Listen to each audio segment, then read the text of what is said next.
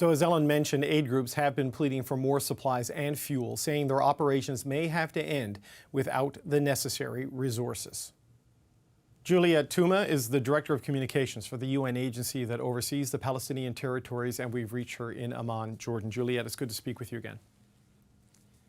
Thank you, David. When we spoke, I believe it was on Monday, you said UNRWA was at risk of stopping its operations in Gaza. Yesterday, the Commissioner General of your organization, Philippe Lazzarini, said there is a risk of the agency shutting down all of its humanitarian work.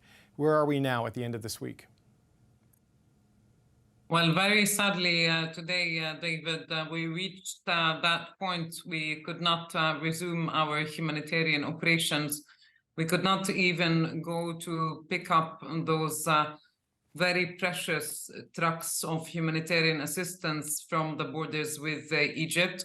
There is also a communications blackout across the Gaza Strip, also because the telecommunications company that normally provides these services has itself run out of fuel. So you say you've stopped. Does this mean a permanent stop? Is this a temporary pause? Is there a window where you see things being able to resume? Where are they? Until we get the fuel that we need and until telecommunications networks are resumed, only then are we able to continue to deliver humanitarian assistance. Have you gotten any sense of if that will happen or when that might happen? I know fuel has been a sticking point since the very beginning of this conflict, and you were given some fuel just to fuel your delivery trucks, I believe, this week, but not to fuel your operation. So is there any hope of that happening? There's always hope. There's always hope. Fuel has been used as a weapon of war in Gaza, and it should never have been the case. And we, the largest UN agency and the largest humanitarian organization in the Gaza Strip, should never be pushed in the corner like we are now, or be begging for fuel. Should never have happened. Mr. Lazzarini said, I believe there is a deliberate attempt to strangle our operation and paralyze the UNRWA operation. Is he speaking specifically about Israel there, Juliette? Look, we've been facing a multitude of restrictions and challenges since the beginning of this war.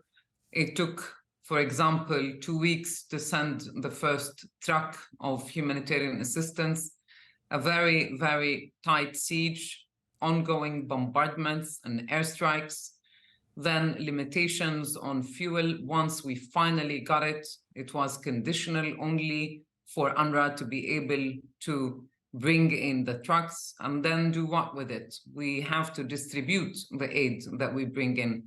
So we continue to face multiple challenges that hamper the humanitarian operation in the Gaza Strip. So I think the last time we spoke, there were about 800,000 people taking refuge in UNRWA shelters. What happens to them now that you don't have the fuel and the communications capacity to continue your operations?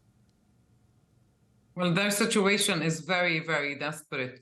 You see, they have come early on to the UNRWA facilities in search of safety and in search of protection, and also in search of assistance, because these displaced families have left their homes almost with nothing on them. So they depend almost entirely on UNRWA and the assistance that we deliver. And people continue to come into our shelters in search of safety and protection given the ongoing war. But do they have food now? Do they have any kind of electricity, proper sanitation? When last we spoke, we talked about the sheer number of people sharing a very tiny number of toilets. What happens with all of those sort of facilities and amenities? Yeah, that's right. Already 2 weeks ago, when our Commissioner General, when he visited Gaza, he went to one of those shelters, and already little kids were coming to him asking for a piece of bread and a sip of water. And that was 2 weeks ago, when we were still able to deliver assistance. So already the situation was very, very dire back then. Imagine how it is now, when there's no fuel, when there's no humanitarian assistance, and ongoing bombardments and ongoing siege. So when we spoke on Monday, I believe it was you said 102 of your colleagues had been killed in the bombardment. Clearly, a communications blackout is an enormous challenge for an organization like yours. Do you have any way of knowing what's happening with your people inside Gaza right now? Not today, David, not today. We have lost communications with the vast majority of our staff. And since we've last spoken, the number of colleagues killed is now 103 colleagues.